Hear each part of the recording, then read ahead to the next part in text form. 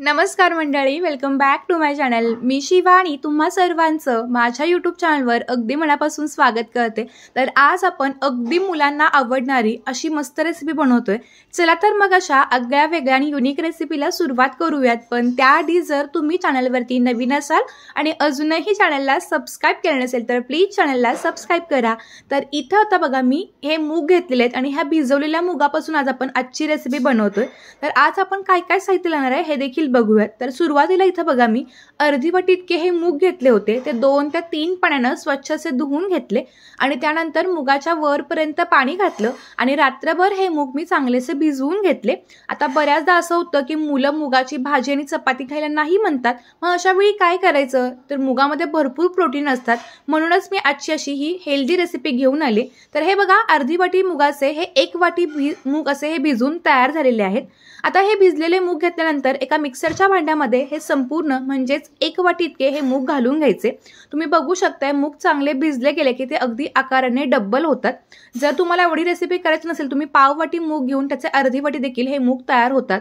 ज्या वाटीनं मूग घेतले तर त्याच वाटीनं इथं बघा मी अर्धी वाटी इतका हा रवा घेतलाय। आता हा रवा घेताना तुम्ही जाड बारीक कसाही घेऊ शकता, कारण तो मिक्सरमधून आपण नंतर बारीक असा वाटून घेणारच आहोत। आता त्याच वाटीने इथं बघा मी पाव वाटी इतकं हे तांदळाचं पीठ घेतले। तांदळाच्या पिठामुळे काय होतं, ही रेसिपी अगदी क्रिस्पी बनायला मदत होते। त्याच वाटीने आता इथं बघा मी अर्धी वाटी इतकं हे दही वापरले। आपण जी सुरुवातीला वाटी किंवा जो काही कप वापरतो तर त्याच कपाने आपण शेवटपर्यंत हे प्रमाण घेणार आहोत। त्यानंतर अर्धी वाटी तर बघा मी सुरुवातीला पाणी घातलं आणि त्यानंतर आता आपण हे मिक्सरमधून सगळं मिश्रण अगदी छान असं बारीक करून घेणार आहोत, जेणेकरून जे काही दही मूग असेल ते एकसारखं बारीक असं वाटलं जाईल। वाटताना जर मिश्रण खूपच घट्टसर वाटलं तर तुम्ही थोडंसं पाणी आणखीन देखील ऍड करू शकता। तुम्ही तर बघू शकता अगदी मस्तपैकी असं हे वाटून जे आहे ते माझं वाटण तयार झाले किंवा मिश्रण मस्तपैकी तयार झालेलं आहे। खूपच घट्ट किंवा खूपच पातळ नाहीये आणि मुगामुळेला मस्त असा थोडासा हिरवा रंग देखील आलेला आहे। तर हे बॅटर बघा अगदी अशाच पद्धतीने आपल्याला तयार करून घ्यायचं आहे। आता हे तयार केलेलं बॅटर आपण एका मोठ्या बाउलमध्ये काढून घेऊयात।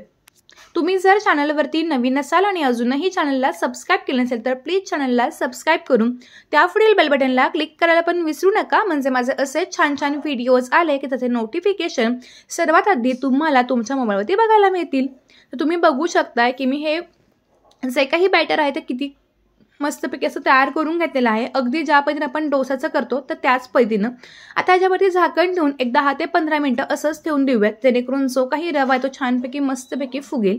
10 ते 15 मिनिटांनंतर बघा मी झाकण काढून घेतलेलं आहे।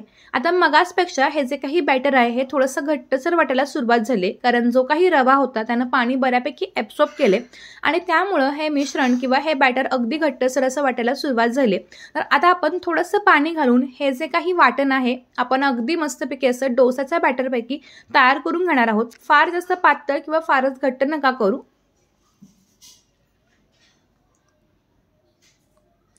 बऱ्याचदा मुलांना भाजी नकोच असते, भाजी पोळी म्हणलं की ते लगेचच नाक मुरडतात किंवा रडायला सुरुवात करतात। तर अशा वेळी तुम्ही त्यांना ही रेसिपी देऊ शकता, त्यांना कळणार पण नाही, इतके मस्त आणि ते मागून खातील अशी रेसिपी आहे।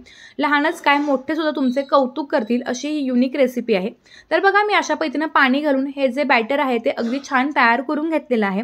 बॅटरला मस्त रंग देखील आलेला आहे। तर आता ह्यामध्ये आपण चवीनुसार मीठ घालून घेऊयात आणि त्यानंतर पाव चमचा इथं बघा मी खायचा सोडा वापरलाय। जर सोडा वापरायचा नसेल तुम्ही ही विदाऊट सोडा पण रेसिपी बनवू शकता किंवा 4 ते 5 तास हे पीठ पुन्हा फर्मेंट करू शकता।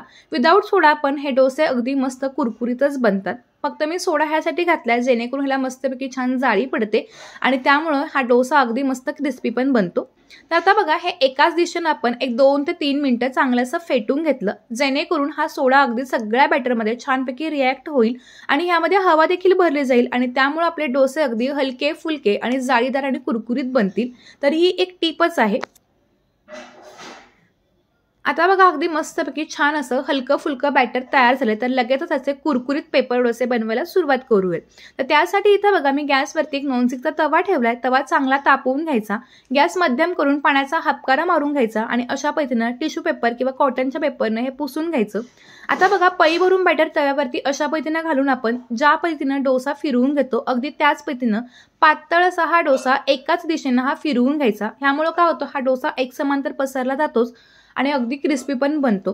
बऱ्याच जणांना असं वाटेल की आपण अजिबात तेल वगैरे वापरलं नाहीये, तर ह्या रेसिपीला 0 थेंब तेल लागतं, त्यामुळे ही अगदी कमी तेलात किंवा 0 थेंब तेलामध्ये रेसिपी बनते।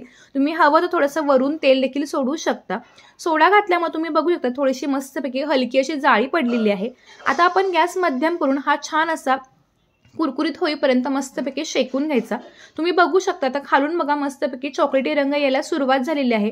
तर हा डोसा काढून घेऊयात। हा डोसा अजिबात तव्याला चिकटत नाही, त्यामुळे अगदी परफेक्ट अशी रेसिपी आहे आणि मस्त असा हा कुरकुरीत पेपर डोसा तयार झालेला आहे। कुणाला कळणार पण नाही की हा आपण हिरव्या मुगापासून केला, त्याबरोबरच ती हेल्दी आहे आणि झटपट होणारी पण रेसिपी आहे। जर तुम्ही मूग आदल्या रात्री भिजत घातले असेल तर तुमची सकाळी ही रेसिपी अगदी 10 मिनिटातच बनते।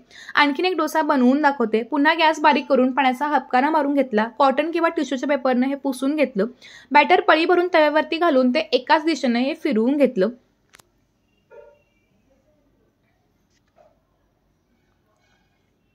तुम्हाला जेवढा पातळ हवाय तुम्ही तेवढा पातळ हा डोसा पसरवू शकता।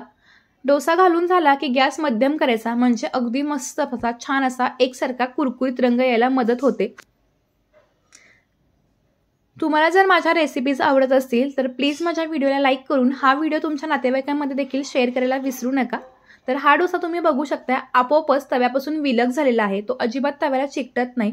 तुम्हाला तर थोडासा जास्त क्रिस्पी हवा तर तुम्ही मगासारखा, आणि जर तुम्हाला थोडासा मऊ हवा तर तुम्ही असा पण हा डोसा करू शकता।